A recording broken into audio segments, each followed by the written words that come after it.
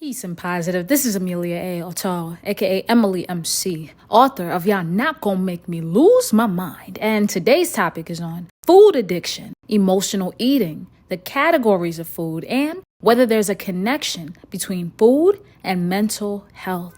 Now, before we get into some clips from the global community, I have to say a disclaimer that this is for informational, communal, educational, and archival purposes only.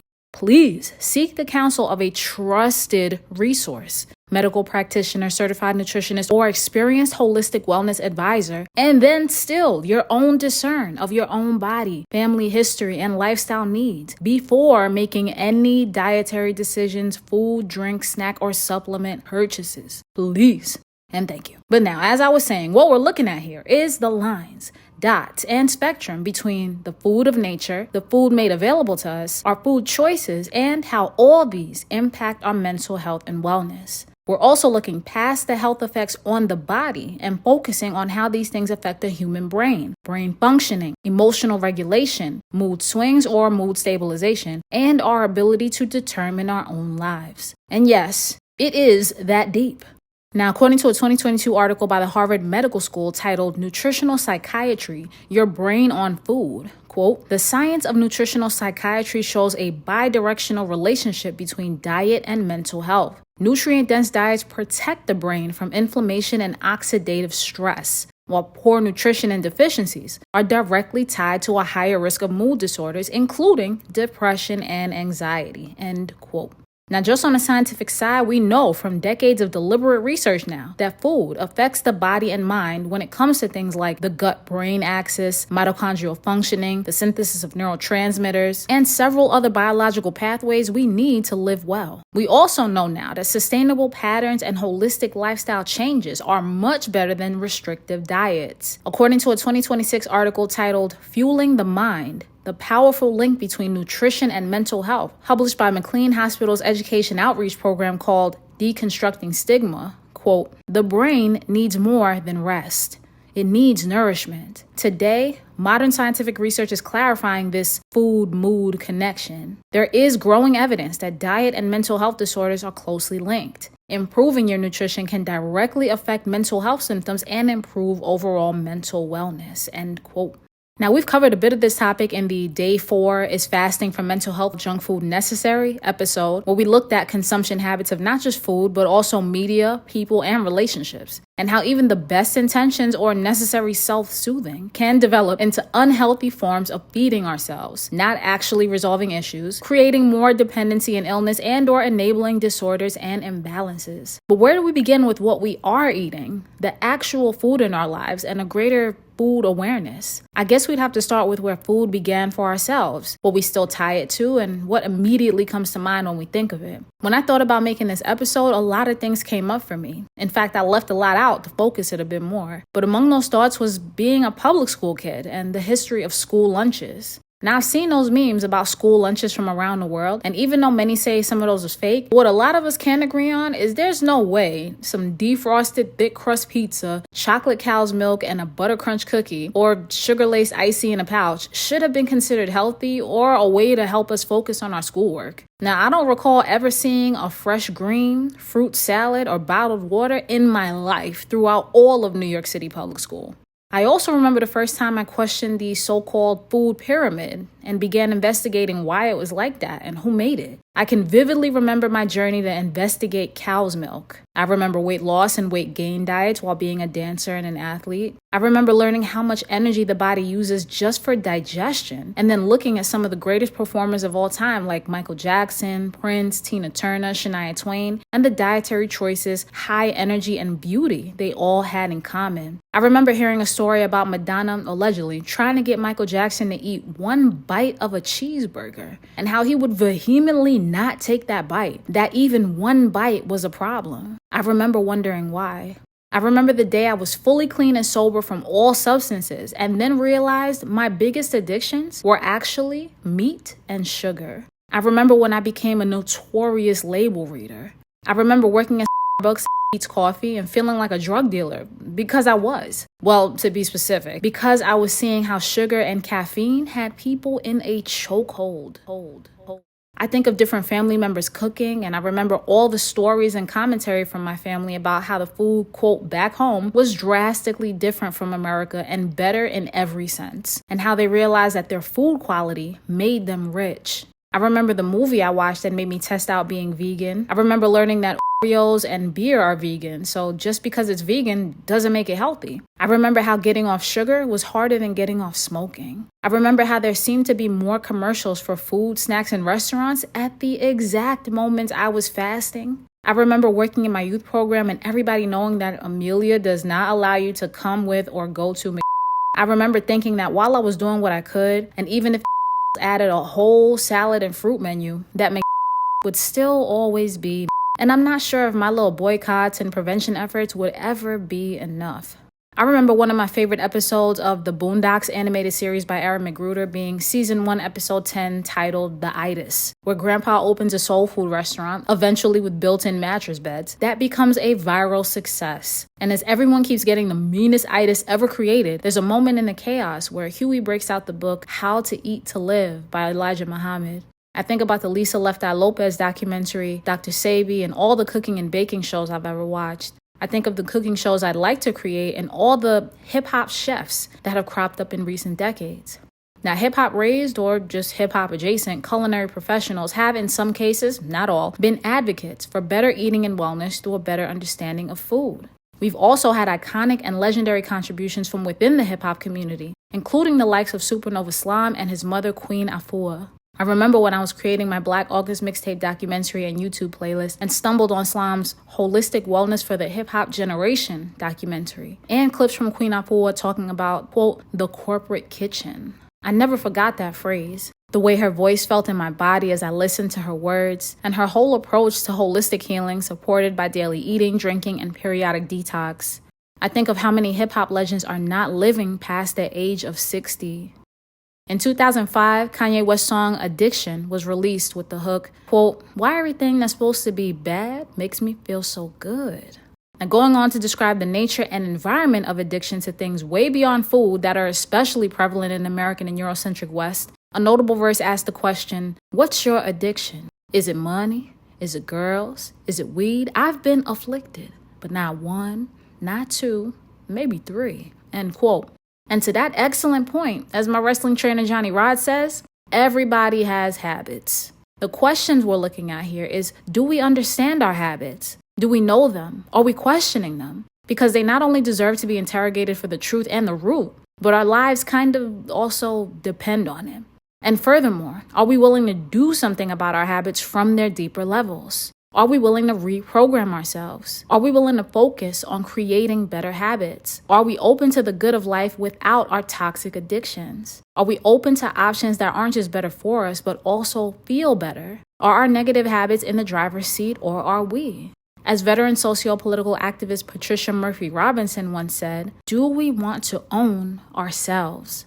Now, it's important to note that a greater part of this conversation is the environmental piece and how the food and substances around us shift on the industrial, agricultural, and political levels. There is a long history of how the food in our faces came to be. Why supermarkets are set up the way they are, how land rights and farming practices continue to be challenged, how the regulations around the growth, producing, and manufacturing of food at the natural, chemical, and process levels have been shifting notably behind the scenes and also vary depending on where you are in the world. Thanks to social media and people documenting their travels from the United States abroad, we now have a more global conversation about how eating in different parts of the world is also dramatically different. With that said, those raised in agricultural, indigenous, or immigrant families also know firsthand the difference in food quality, food property, and food variety. Because as I mentioned, trust me, we hear about it all the time. However, now with a 20th century of modern lessons to look back at and decades more wisdom from mass illness, lethargic generations, the normalizing of disease, and way too many preventable deaths, all those stories and wisdom about food quality is really starting to make sense. More importantly, we're finally starting to see the elemental difference food makes between literal life and literal death. And while no amount of self-education can make all the fruits in the supermarket magically have seeds again, self-education can wave magic wands over our lives, bodies, and circumstances if we let them. While every generation seems to experience a flood of trendy diets, more people have taken to social media to discuss dramatic differences in their quality of life simply by what they're removing and adding to their food lifestyles. And most importantly, how any amount of what my people call backsliding to harmful and seemingly or actually poisonous foods also dramatically affects their energy, mood, how the rest of the day goes, and whether they feel like getting out of bed the next day. Here we see the evolution that food is not just a ritual or comfort, and it's not just medicine and for healing, but it's also preventive care. Food and its invisible grip on our emotional, hormonal, and energetic awareness is yet another natural form of suicide prevention and relationship therapy. And while we've come a long way and clearly still have a ways to go, hopefully we start opening up to more of how food can treat us better and how we can treat food like the power that it is. Now, if you're following along with my original book, this is the day 25 quote from page 229. And based on today's topic, here is prompt number 26. Thank you all for your support of Y'all Not Gonna Make Me Lose My Mind. And without further ado, let's roll the clips and hear from the global community about food addiction, eating for fuel, health, and happiness versus eating for emotions, avoidance, or luxury, the impact of the food industry and politics around us, and whether food itself is mental health. Peace. I tell everybody all the time, they always ask me, like, what's your workout regimen? Or what do you do? Or what do you do? Mm-hmm. I don't work out. Don't know how to do no push-ups, none of that. Literally none of that. I ain't lifting no weights. I have a personal chef. They not making nothing healthy. I don't eat healthy. I don't have a certain day where I only eat none of that. I just make sure that I eat my chef's food every single day. So what that means is I haven't had a fry or fast food, a chicken nugget or none of that for at least over 15 years. Hip-hop songs with food in the title, breakfast edition. Starting off with some coffee because a lot of us can't get out of bed without being caffeinated. And for all my friends that aren't mentally ill and can sleep for 8 hours a night, just have some orange juice. Who doesn't love a good hoe cake? Who's gonna eat a pancake dry? A sociopath. I need to have a little bit of a pancake in my syrup. Absolute necessity for breakfast. This is food for the soul. For all my friends that love to go on sunrise hikes and show all of us up, some fruit salad. Of course, some passion fruit. Is there a healthy way where food and mental health can be connected? Because I'm finding out my entire well-being is connected to food. When I'm sad or anxious, I want comfort food. If I'm celebrating something, I want food. I even dance when I eat, subconsciously without even meaning to. My family and friends have brought that up. I just start happy dancing when I eat. But it's making me wonder, anybody else, is that normal? Or is there an emotional problem when food is a part of every feeling that I have? I don't really know what that necessarily could mean. Anybody else, is this, I've just been sitting here thinking about it, and it's starting to bother me a little bit. Great. And now I'm anxious eating, just anxious, great. My mind is blown, and I'm wondering if for the past 2.5 years, if I would have changed my diet, would I have not gone through all of these mental health issues? Because as we know, last Monday, I met with a hormone specialist, and she gave me a 6-week protocol. So the first thing that I'm supposed to do is heal my gut. So she told me gluten-free, dairy-free, no added sugar for 6 weeks. Then I'll retake my blood test, and we'll go from there. So Tuesday, Wednesday, Thursday, Friday last week, I was 100% on it. No gluten, no dairy, no added sugar, and I felt amazing. I felt better than I have felt in months, possibly for the past year. And then Saturday we went to a birthday party, and it was at a vegan restaurant. I made the mistake of trying some of my kids' cookie icing because it's vegan, right? So how bad could it be? Huge mistake. Just because it's vegan doesn't mean that it's healthy. It was all sugar. So it just went downhill after the birthday party. I had a cookie, I had the icing, I had way more than I should. I ended up eating candy. I came home and ate some Cheez-Its. I ate ice cream. And I went to bed feeling like crap Saturday night. Sunday morning, I woke up feeling like crap. I didn't do my cardio, which I had gotten back into last week because of how great I feel. And Sunday, I didn't turn it back around. I still ate a lot of sugar, I ate dairy, and I ate gluten on Sunday. So Sunday, I felt terrible. I felt kind of like anxious and just bad, just the same as I've been feeling lately. Monday was the same. Monday, like, I didn't even want to get out of bed, depressed feeling.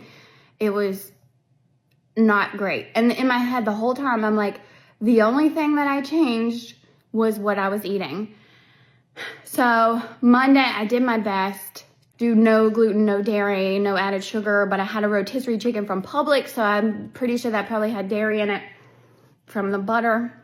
But I had a Yasso, which is ice cream, which also has dairy. So Monday wasn't perfect, but it was better. And Tuesday, I woke up feeling a little better. And Tuesday and yesterday, I was 100% no gluten, no dairy, no added sugar. And yesterday, I felt so good. And today, it's like 6 a.m. I've already done my 45 minutes of cardio, and I feel so good. And now my brain is like busting out of my head. Is it seriously the food that I've been eating that's been making me feel this way? The protocol that the hormone specialist has given me is working. There must be some sort of connection, because why is she having me heal my gut first? Y'all, I don't know. I think it's the food that we're eating. Let's talk. I used to be afraid of this. A candy bar. Yep, I used to be afraid of this. No, I'm not allergic. No, I'm not intolerant.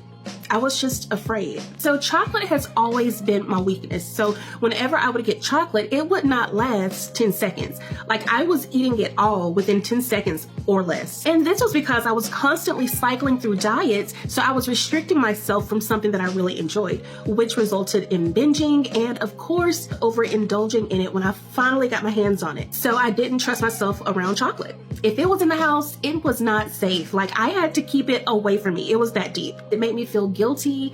It made me feel ashamed. And that cycle just kept repeating itself, like over and over again. Until one day I asked myself, what if chocolate isn't the problem? What if it's my relationship with food that needs healing? And that was like a light bulb moment. So I made a choice to stop trying to control food and instead try to understand it.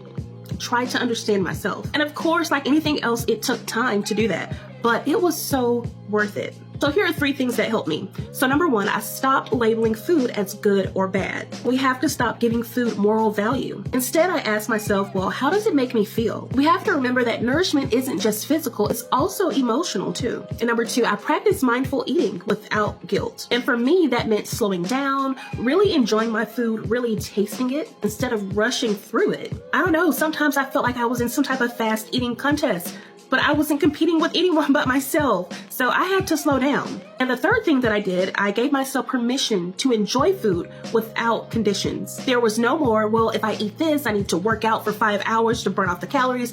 I stopped doing that. And instead, I started asking myself, well, do I even want this right now? And that changed everything. So I bought this candy bar last week, and y'all, guess what? It's still here. If I want a small piece, I take a small piece and then I put it back.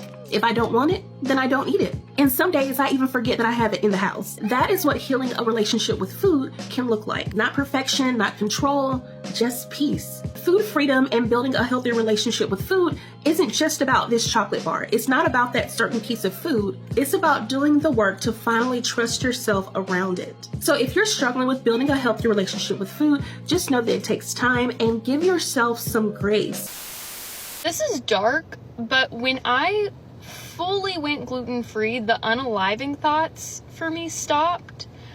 The chronic anxiety that I felt like I could just leap out of my skin all of the time stopped. I still, experience anxiety from time to time. I still experience bouts of depression from time to time. But to this day, the only way I know that I've been glutened is my thoughts will get super, super, super dark. Isn't that crazy? And I don't have, as a nutritional therapist, I've worked with a lot of people who have celiacs and they have that same symptom. I've never been diagnosed with celiacs. I don't think I'm strong enough to do another gluten challenge. And like also, even with my health insurance, the endoscopy to do that is expensive. It's expensive. So I kind of just feel like I'm going to take the L and just not eat gluten probably for the rest of my life, because it's just crazy. Like, I actually have cut out gluten for thyroid issues and other like health reasons. But yeah, that's actually insane. So I just firmly believe too, there's such a gut-brain connection that is so under-recognized. Like, y'all know that if you have inflammation in your gut lining, that's also connected to neural inflammation.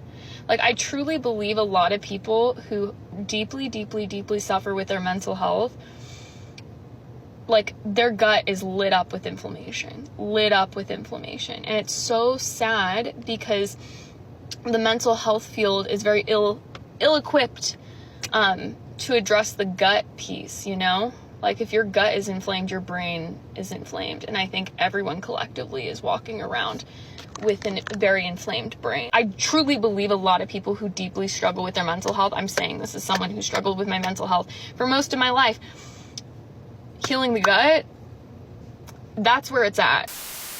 Depressed people have a higher salt preference. Very interesting. They enjoy salt more. They go after salty foods more. That's been shown in studies. Why do you think that is? What if your anxiety isn't emotional?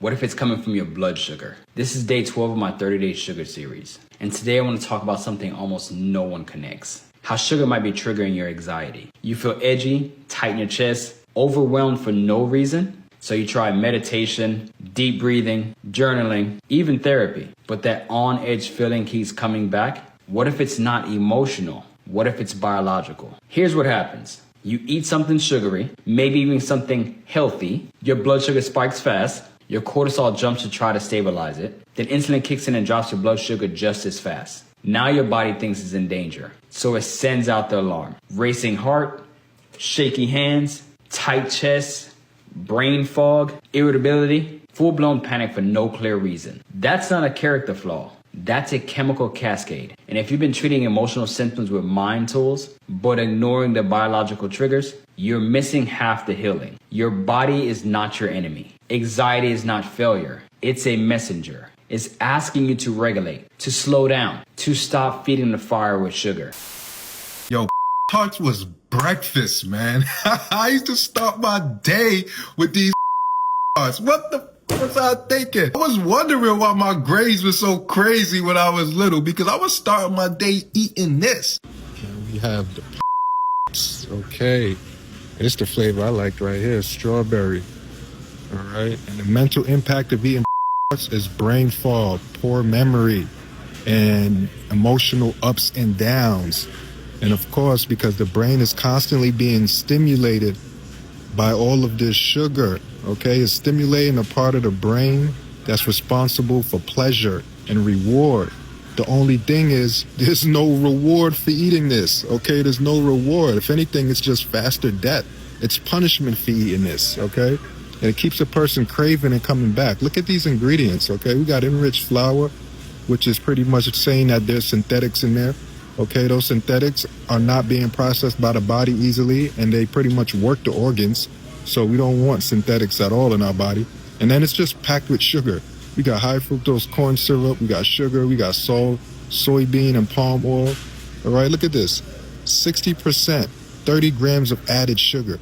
That means this is like drugs. They're constantly stimulating the brain and turning us into addicts, constantly wanting us to come back for more, constantly tricking the brain to feel like it's being rewarded or that it's getting something for eating this, and it's not. That's why I call it an empty promise. By nature's standard, when the brain is stimulated from glucose, right, the reward is antioxidants, fiber, nutrients. Nobody talks about this, but food 100% affects your mood. I remember when I used to eat chicken nuggets, fries, and a side of diet.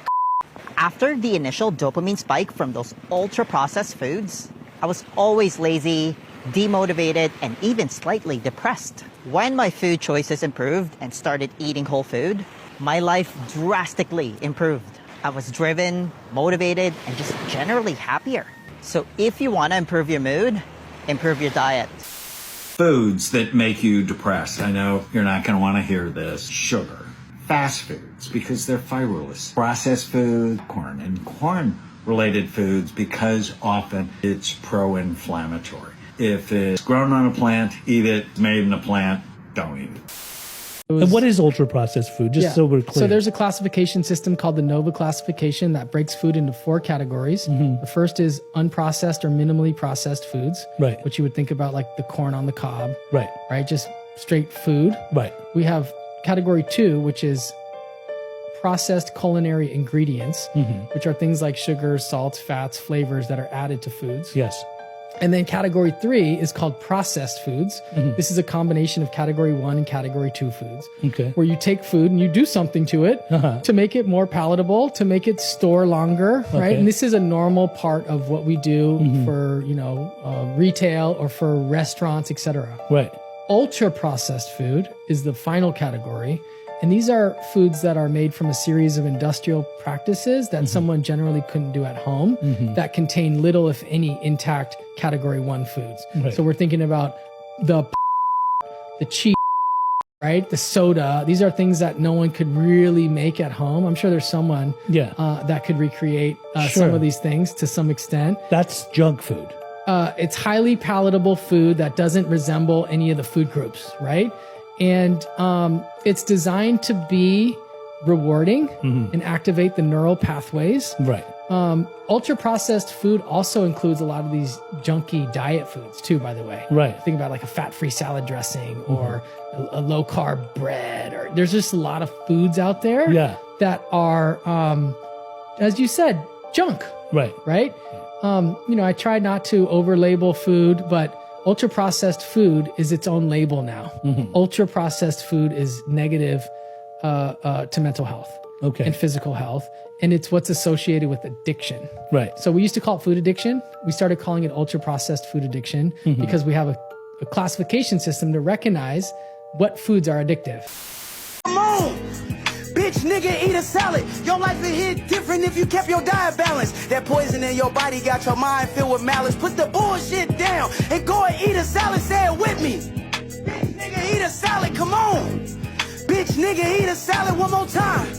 Bitch, nigga, eat a salad. Your life would hit different if you kept your diet balanced. I'm a genius. That's why they got my lyrics up on Genius. You can't produce no test results. You cannot touch my penis. My partner hit it raw and said you left his weenie stinging.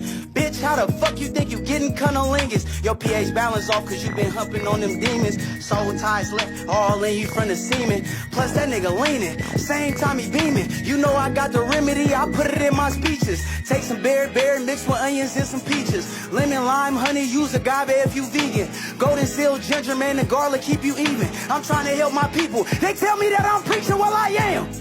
Bitch, nigga, eat a salad. Come on. If you had death for dinner, have some life for breakfast. So if you're eating something dead, most of the time if you're eating meat, chicken or fish, it's dead. So how do you balance that out? We're putting life in your body. So if you eat vegetables, fruit, get up, drink water, you're balancing that out, but adding life into your body. It's the gospel of good health. Death for dinner, Yeah. life for breakfast. I was Come saying, on. yeah, gospel of good health. What up, this is Styles P. Here are 3 benefits to juicing. 1, you get a lot of energy. 2, it makes your skin look great. 3, there's no way you're gonna eat that many vegetables in one sitting. But if you have a juicer, you get to throw all the fruits or vegetables you want, like a lot. Like there's no way you're gonna eat 3 batches of spinach, a whole stalk of kale, few of them, 4 lemons, but you could juice that, put it in one juice and be good. Same goes with most fruits and vegetables. So juicing is an easy way to get all your vitamins and nutrients from your fruits and vegetables in a one-shot deal. Particularly for me, the big reason why Juices for Life is important to me, Pharmacy for Life, was I had to self-diagnose myself with saying I'm chemically imbalanced. Something is making me off, and I had to figure it out. Fortunate enough, I was wise enough and smart enough to to get to the bottom of it, but most of us aren't. So you can't look at a genre of any people. You could exclude hip-hop out of the picture. It's us as black parents that have to say, we have to make this change for our kids. If you're going to depend on hip-hop to do it, hip-hop is still corporate-driven at the end of the day, then it's not going to happen for you. I want to know, you have 5 juice bars. What are some of the things that you drink in the morning as soon as you wake up? Apple, lemon, ginger, cucumber, celery, ginger, or triple citrus, grapefruit, orange, lemon, or maybe sometimes just a watermelon juice, sometimes just a coconut juice. It really switches up a lot. I live a life of juices, so it really depends on what's going on. Now it's winter time, so it's heavy infusion of ginger and vitamin C to make sure you prepare for when it's cold. Especially need that vitamin C. Definitely want to have a healthy amount of greens, so a lot of spinach, a lot of kale, watercress, things of that nature. I usually do all green, so as much greens as I can, whatever I have on deck, and most likely a lemon or lime. So I just got from your page the other day that limes definitely help mucus get out of the body. Definitely. And as a smoker, that's important. Yeah, definitely. Limes definitely cleanse. And also a good thing to do, especially in the wintertime with all that's going on, is I like to cut a lime in half, squeeze the juice into a cup, crush like 2 garlic bulbs, a little bit of agave, cayenne pepper, clears your throat out. Yeah, for sure. It's great for the winter. Mr. Pomegranate with the cantaloupe, smoking on that ass like a boy. She gon' eat that deep like a cannibal. Greek yogurt, we don't eat no animals. Freak sober, then I shoot a video. She say I'm the greatest ever, I say tell me more. Hemp seeds, I don't want no cereal. Y'all gon' have to lap up this out 2 door. In the sauna, feel the toxins coming out my pores. Super thick, she super toxic, she a super whore. I ain't giving up this chain, you gotta shoot me for it. Why your matcha tea so dirty, cause I had a 4. BB Skywalker, I'm about to use the force. Cause my skin darker, they gon' use this as a force. If this chopper jam, baby, I'ma use my force. Matcha dirty, like I do not do my chores. Ginger root, up in the juice, I'm from immaculate. I'm in a jacuzzi, counting on some blues like it's a passion. VV, the aphrodisiac, she fucking me passionately. Spend the money, then I get it right back like it didn't happen to me. She only eating unorganic snacks and that's attractive to me. I ain't afraid to catch a couple half, ain't no capping to me. Niggas living life in GTA, I'm doing it actual. Niggas working hard, I'm working smart, I'm doing it casual. Why you never eat no sea oils, I'm ducking a casualty. Kundalini coiled, I meditate, and now it's activated. Why she spoiled when she gave me brain, it feels so captivating. What's in the soil, I don't really know, but they trying to eradicate me. So, food in America is poison. I've been in France for 2 months now, and I haven't had to use once. Not once. And I'm poor. Like, I've been eating poverty food, like bread, cheese, like the bare bones basics food, not like the health nut, top-notch, expensive stuff. Poverty food. And if I tried to do that in America, which I was doing in America, I'd have to take because everything has, oils and just, gives me heartburn. I literally haven't had heartburn once since I've been here. I just realized this 5 minutes ago and I was like, wait, what? There is clearly something very wrong with the food in America. Like, I've never felt this clean. Extra virgin olive oil, put that on my sourdough. Apple cider vinegar, I knock it down like domino. Get into the guacamole, that's an avocado roll. Baby, take this cake too, it'll help you feel phenomenal. If you got some dope-y, you better have some grabado. Yeah, I'm half Taino, but I'm cheapin' like a Navajo. Touching with the Dino, had to take my ashwagandha root. So I love my game, but I'd rather be in solitude. I don't fuck with grains, bitch, I'd rather have a bulletproof. Fucking on my main, bitch, we finna have a photo shoot. I don't fuck with lanes, cause they make me feel uncomfortable. I got a little, I before it quaking, and I poured it in a matcha tea. I don't eat no bacon, got a condo in the Middle East. Assalamu alaikum, new shit name is a double C. Please don't be mistaken, this ain't cocoa, this is creatine. I am not adjacent with these niggas, it's just me and me. the conversation. It ain't money, you gon' hear the beat. Soon as you awaken, get your son, you need your D3. Are you depressed? Are you sad? Well, it's probably because you eat nothing but junk food. Hi, I'm Dr. Mills, and I'm going to be teaching you the dangerous effects of ultra-processed foods and how it's probably wrecking your mental. It's no secret that ultra-processed foods are closely associated with higher rates of depression and anxiety. There is even a dose-dependent relationship, meaning the more ultra-processed foods you eat, the more symptoms of depression and anxiety you experience. A major biological pathway is the gut-brain axis. Essentially, your diet can heavily influence and affect your gut's microbiome. So you eat a diet that's high in unrefined sugars, emulsifiers, saturated fats, additives, foods that are super low in fiber, they all contribute to gut dysbiosis. What is gut dysbiosis? Is basically when your gut is experiencing low microbial diversity. Dysbiosis is very bad because it causes your body not to produce enough short-chain fatty acids.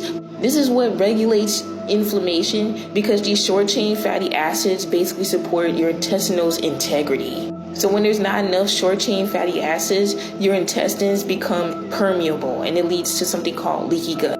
When there is leaky gut, inflammatory molecules like lipopolysaccharides can basically seep into circulation. This can trigger inflammation such as elevated IL-6, TNF-alpha, and CRP, and this is highly associated with depressive symptoms in psychiatric research. Your gut's microbes also influence neurotransmitters like GABA, serotonin, and basically your stress pathway through vagal and immune signaling. So some very practical solutions to this issue is just to increase your fiber intake. You want to increase your fruits, you want to increase your vegetables. I always say just go on a Mediterranean diet because I feel like that's easier than just telling somebody to go straight vegetarian or straight vegan. You can still eat some meat like fish. You basically want to try to reduce as much ultra-processed foods, which is common in fast foods and snacking. So if you start cooking at home more often, you will also reduce the amount of times you eat out. If you start prepping your own food, doing meal preps or just getting a big huge pot and cooking a lot of food and just filling up your lunch bag with that, then you wouldn't have to eat out every time you're at work, or you would just have a meal to easily come home to and you wouldn't be as tempted to go ahead and buy out because you already got food cooked. Or you can do meal plans online. There's different programs that you can look into, or you can just go ahead and buy those already prepped meals. That's a lot better if you research it and look at the labels to make sure it's not just packed with processed foods. That's typically better than eating these. So remember this key fact: you are what you eat. So if you're not eating healthy, don't expect yourself to be healthy, and don't expect yourself to be thinking as optimally as possible when you're not feeding your body with any nutrients, because the majority of foods that you eat have no nutrients. That's why you need to cook your own food at home or try to avoid these ultra-processed foods, because when they're so processed, the nutrients that would otherwise be beneficial to you is basically being processed out of there and refined out of there. So that's why you're basically not giving yourself enough vitamins. Maybe take a multivitamin as well. My two parents were vegan, and they conceived me as vegans, and then I was raised vegan. So my mother was Whole Foods before there was Whole Foods. I come from a family of wellness ministers. My mother is a best-selling author of 9 wellness books. She's a holistic practitioner for 49 years. I had a plant-based business for 35 years. So I've been raised in this environment of consciousness. It's interesting for me to be raised vegan and maintain being vegan now it's more mainstream, it's more commercial and more widely accepted. When I was younger, I used to go to school with whole grain sprout sandwiches and have fights because I had sprout sandwiches and my friends had, fresh cut bologna and ham cheese. And they can understand why my bread was just sprouted bread and sprouts. That was it. And some olive oil and some dill pepper. That was it. And then it's snack time. I'm whipping out organic apples and raisins, and they having chips and fighting because of my lunch, because I'm different. So because of the fight, I've always considered myself a wellness warrior. It's a double mantra or affirmation because, not only because I'm a serviceman, a veteran serviceman, a combat veteran, but I had to fight for my wellness. I had to fight, to maintain my health and wellness and my plant-based life choice. It wasn't just, fluffy and nice for me. Being a combat armsman I still maintain my vegan lifestyle. I still maintain my plant-based lifestyle. On base, the basic training, on base, and while deployed, and after. So there's no excuses. Yes, if you know what to eat, and your concept of eating is plant-based truly and not based upon a corporate packaged food, then you can find plant-based foods in Russia, in Czechoslovakia, in Korea, in Japan, in Mozambique, in West Africa, in Ethiopia, you know what I'm saying, in France and Spain. All of our beautiful countries around the planet have their versions of plant-based nutrition. America should be a nation of strong people. Like, if we're the best, if we say we're the superpower, then we should be having superfoods. If we say we America's great, then we should be great with our lungs, our kidneys, our prostates, our womb. Our women shouldn't be getting hysterectomies. Our men should not be having erectile dysfunction. I understand that everybody may not become a vegan, right? But I can still encourage those who are not vegan to have more plant-based consciousness and activity, you know? And so it's not leaving out our brothers and sisters in the country that are not vegans. You know, we want to definitely wave the vegan flag and the plant-based flag, but we want to also know that no American should be left behind with health and wellness. So even if they have a different path that's not our vegan, we should continuously educate them on the benefits of becoming vegan, but also support them in the bridge, support them where they may not be strong enough to make the crossover, encourage them to drink more water, plant-based nutrition, more green, you know what I'm saying? And not only food is not only what you eat, but consciousness, how you think. You know what I'm saying? So America's great, we have to have great consciousness, how we talk to each other, about each other, how we view each other, you know? So if we're gonna be whole foods, we have to be having whole thinking, whole consciousness. How about in America, let's make America great by being great examples for ourselves. Everything we're eating should have a purpose. You shouldn't put nothing on your body, nothing in your body unless it has a real purpose, because it's going to create your life. Every one of us goes back into our home as we're going along the way, the journey, and we're shifting our homes. Our kitchens are becoming healing laboratories. So what? Your mate is depressed, angry. There's a tea for that. There's a soup for that. There's a salad for that. There's a juice for that. It's in the medicine, it's in the food. Like, we're looking the wrong way. The medicine is in the food. You say, I have pain, we'll have turnip juice. You said, I'm stressed out, have celery. Put that into your soup. I have an infection, use scallions and onions and garlic. So, and a lot of things we already have in our kitchen lab. We just have to know how to use it and have the conviction, because we can go right past our medicine if we cannot recognize it. But then we also have the bathroom. It's not a bathroom. That's your hydrotherapy room. That's where you can de-stress. If you have mental issues, emotional issues, you run a bath. You soak in that tub. That stress is constricted. You just circle in the water. You can go to the ocean and just let it go. So GMO, we were just talking in the studio, Raji and that, we're saying GMO, we're becoming GMO people. Yeah. I said, can I get a watermelon with some seeds in it? Can I get that? Can I get some grapes with some seeds in it? I have not seen a seed grape for years. For a long time. Long time. Lemons, limes, seeds taken out. That means it's not real food. That's right. It's man-made. So we got to shift, because that's why you have the heavy bleeding, go to tumors. Yes, and also the cramps. It's all connected. Unbearable. To the point. If I don't, please pull out. Give us some remedies. Okay. What you can do? One of the one I have. You're gonna drop that off to you. We can do it to you now. Womb fruit julep. Womb fruit julep is gonna build up your blood. I have that's blueberry, blackberry, raspberry, strawberry, cranberry. Is that what you give in the? That's kit? in the bag. It's in the bag. I done brought gifts. Thank you. Tell us you got to stop the pork.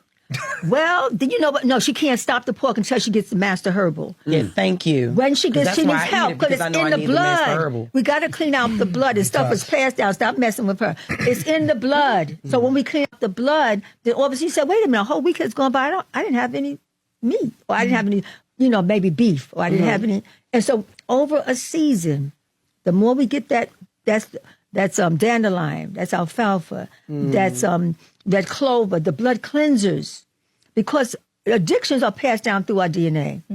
It's passed down through the bloodline. From soups to salads to juices to herb teas to dressings, everything you eat actually can restore your kidneys, restore your heart, prevent high blood pressure. The issues that we're having in our community It's right in the home. And the women are the primary healers of the home. Always been, though. Right? And when we can reestablish that and strengthen it, then our families of women will automatically take care of their mates when they know how to heal.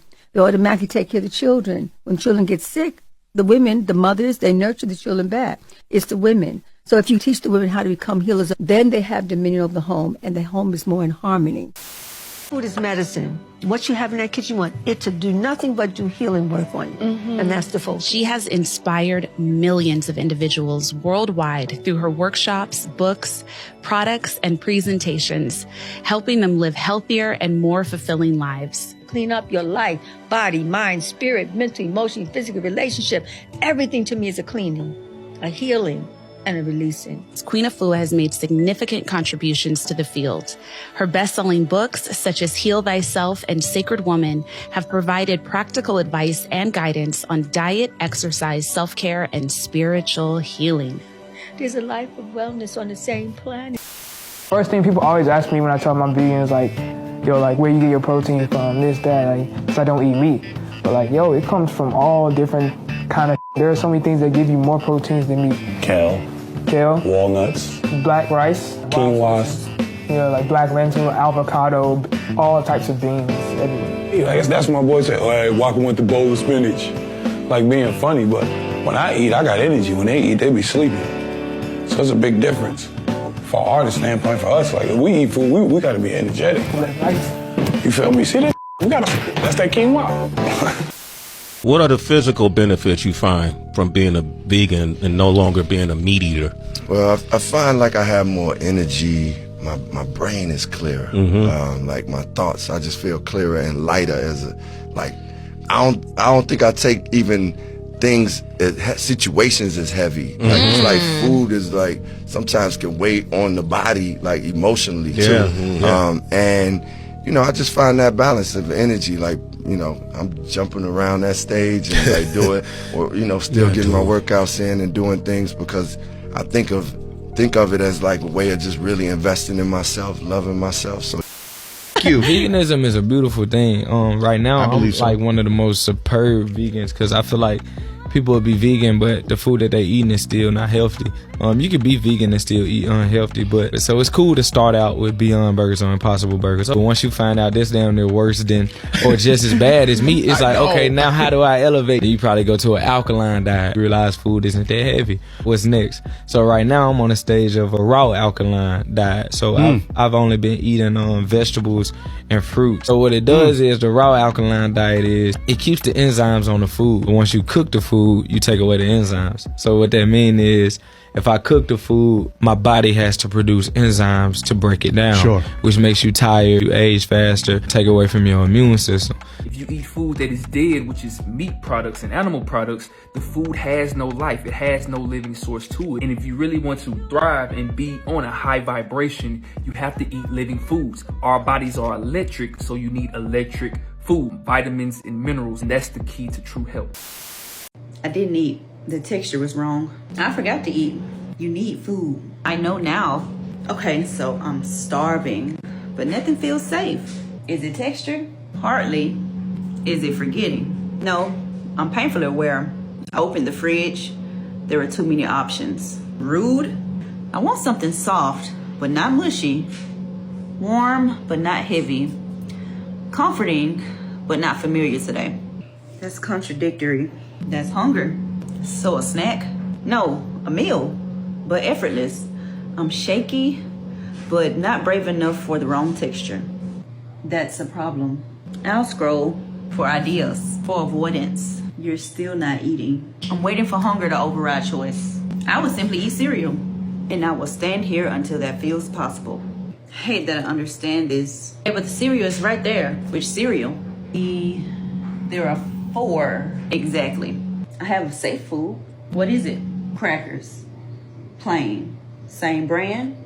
Every time. That sounds like peace. It is. Do you ever get bored of them? No. I got bored of mine. It was pasta for 3 years. And now it tastes like a feeling I can't go back to. That's sad. It's fine. No, it's not. I'm hungry and I've lost my safe food and the fridge is still open. Close the fridge. Done. Closing the fridge is a decision. Is it? Means you're not choosing yet, and that's allowed. I ate crackers once for a week because I kept forgetting to buy other food. Did you like it? I didn't notice.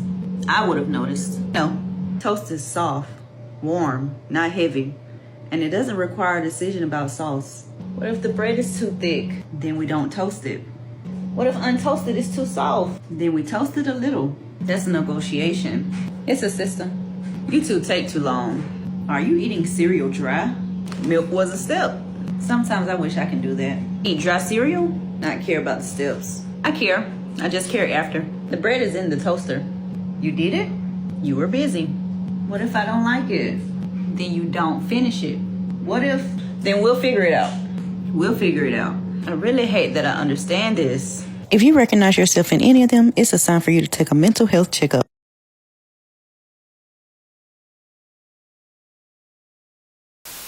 What is the greatest cure for depression without any drugs? I would say exercise and eating real food. I think you do those two things.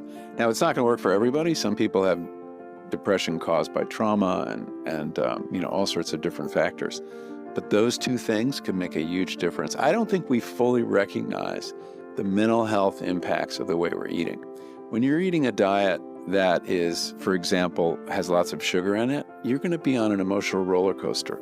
I mean, watch kids with sugar, They think that chocolate or this kind of sweetened cereal makes them happy, and it does for a little while, but 5 they minutes, crash. and then it's chaos. And that's true for us too. We have these ups and downs during the day that have a lot to do with our sugar, intake.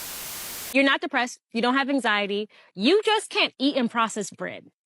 It's not a mindset issue. It's a methylation issue. This is episode 14 of Ish Nobody Told You About Healing. If you've got an MTHFR mutation like I do, your body can't methylate properly, which means it struggles to detox, regulate your mood, and process folate. And guess what's in almost every enriched food in America? Synthetic folic acid. It's in your cereal, your pasta, your bread, your tortillas, your granola bars, all of it. And every time you eat it, you're making your symptoms worse. Not because you're weak, but because your body literally can't handle it. That random anxiety, that lingering depression could be a folic issue, a magnesium issue, a zinc deficiency. This is why healing is not just about therapy and journaling. It's science, nutrition, detox, root cause work. You're not broken. You're just overloaded, literally, with things you can't detox. But when you start supporting your actual biology, everything can change. Let's talk about food addiction. Eating is comfort for people who are emotionally starved. If you think back to your eating habits when you were 7, 8, or 10, you probably remember doing something that you were ashamed of. Whether it was because you weren't eating because you wanted to be skinny, you were overeating and hiding it from your parents, or maybe you were even eating in the middle of the night from a very young age. What happens when we experience emotional neglect is we end up having this hole inside of ourselves. This can happen when our parents are physically present, but emotionally distant. This lack of connection can make us feel really out of control. Feel like you don't know the next time your dad is going to yell at you or your mom is going to give you the silent treatment. And as a child, that can be one of the most scary and overwhelming things to experience. But there's one thing that you can control, and that is what you eat or what you refuse to eat. You end up carrying this dirty little secret with you into adulthood, where you're overeating and binging or you're restricting because a part of you is still that 10-year-old who didn't get the love from their father no matter how hard they tried, or connection from their mother because she was too distant and reserved with her affection. Food addiction isn't about food at all. Like any other addiction, it's about the relationships you had and that brief moment of feeling in control. It gives you this dopamine surge where your brain is finally quiet and there are none of those shameful thoughts until later when you're once again emotionally hungry and you have to go through that whole cycle again. The comfort food you eat when you get stressed out and depressed ain't gonna be so fucking comforting when it spreads your back as wide as your fucking deep freezer outside in your garage, or wider than your motherfucking cute couch or recliner in your fucking living room. We have to start normalizing doing other things than eating. You should not associate sadness with eating. I know it's hard to detach yourself from eating something comforting, but we got to unlearn this shit. Go on a walk. Go take a deep breath. Do an exercise. Do something other than eating. Because at the end of the day, them problems, I mean, shit, a nigga broke up with you, okay. You lost a job, okay, you can get another one. That shit is replaceable. Now, I'm not saying that exercising and dieting is gonna be what help you cope through everything in life, but you don't want multiple problems at once. You see what I'm saying? It don't make sense to go make your life harder when you're already going through something. Then you be stuck in the fucking bed at 700 fucking pounds because you let life beat your ass. You gotta be stronger than that. You gotta hit the ground running. You can't let life like that to the point where you're self-sabotaging. I know life get hard. Shit, I'm living on this motherfucking ghetto ass floating rock too. I know bills are high, children are stressful, your job is stressful, but don't make one situation trickle down into another situation and then you got 50,000 fucking problems going on at once. Food is not the answer. Drugs are not the answer. Alcohol is not the answer. Turn to another source, because a substance like drugs, sugar, alcohol, all that bullshit is just gonna ruin your fucking life. You gotta find something else that you can control. You can control how active you are. You can control how much sleep you get. You can control things that you know what you can control in your fucking life, man. Don't go binge eat because you fucking sad because a nigga broke up with you or because you lost a job. Find another way. Journal. Write in your fucking journal. Fucking just do something other than fucking eat, man, because that eating shit ain't the answer. I'm telling you what I know. I've struggled with it all. That used to be my go-to. Eat a fucking bucket of fucking ice cream or go order some stupid shit on DoorDash because I had a horrible day. There's no excuse. Stick to the fucking plan. No matter what happens in your life, stick to it. I mean, it's okay to fall off every once in a while, but don't let that shit become no habit because you'll be 600, 700 pounds before you know it. It don't take long. We have more bacteria and viruses on our body than human cells. But look, every morning I eat fermentables, all right? So some little veggies like that, the best. We also got regular kraut like that. I'm not German, but we have a big German population over here. Roberts Cove, shout out. We got some purple kraut. The more color, the better for you. So your gut's literally your second brain. All your neurotransmitters and things like that, a lot of them was actually produced in your gut, in the intestines, not the stomach. You gotta give it food. You gotta repopulate it because every day it's getting bombarded. Every time you eat food that's sprayed with glyphosate, aka Roundup, you are killing the bacteria in your body. So you gotta repopulate that like that. Gut is your second brain. If you have brain issues, brain fog, anxiety, depression, sometimes it could be your body's not breaking down things right. Your body's not able to use what it needs.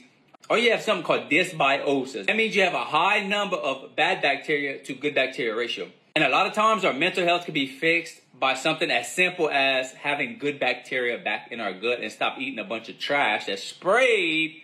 Take scurvy, for example. The vitamin C was the only thing between your gums bleeding, a painful death, things falling off, and eating some lemons. It's crazy.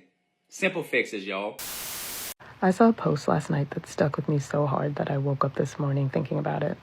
This guy was talking about how he's just suddenly lost interest in eating food, and he's normally somebody who really enjoys food, and the things that he would normally, like he mentioned, fast food just don't taste right, and things just taste gross.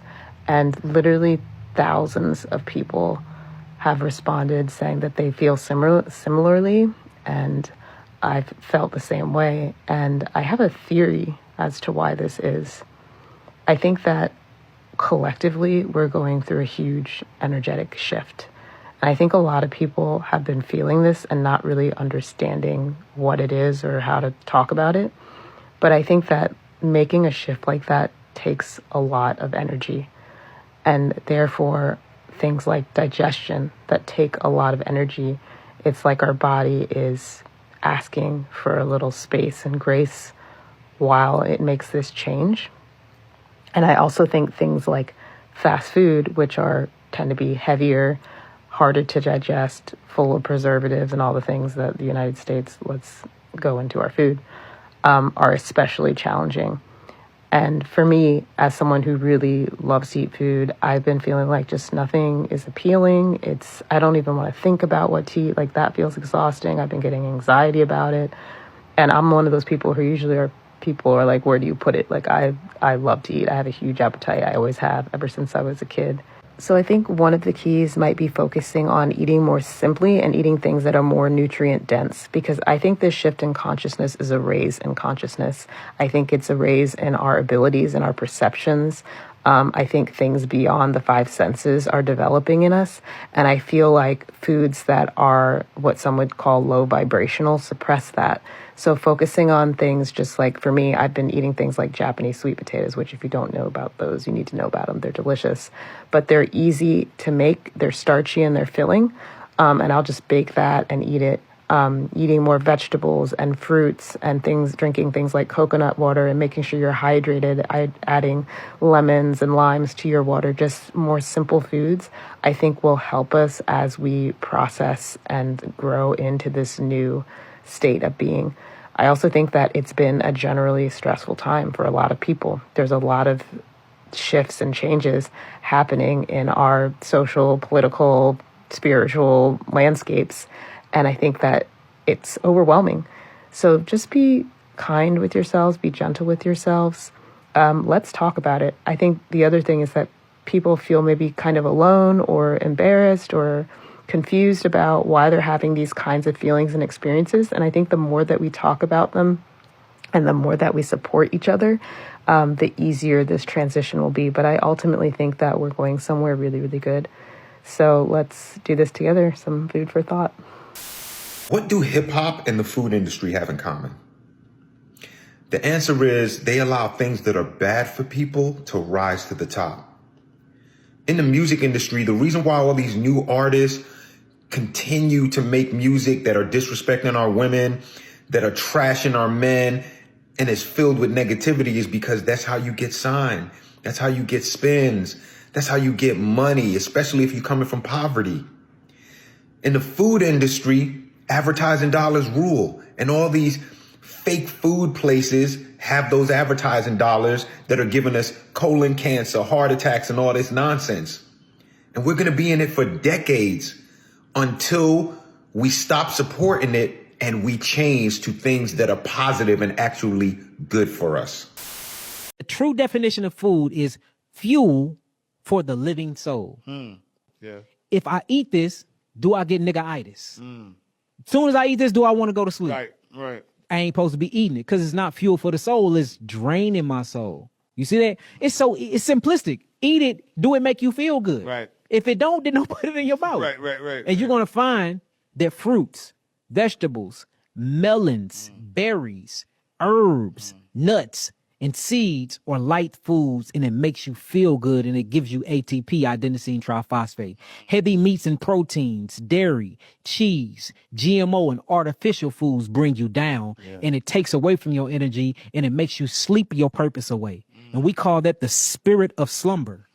And the spirit of slumber is a full Negro. He full all day because the food he ate was heavy.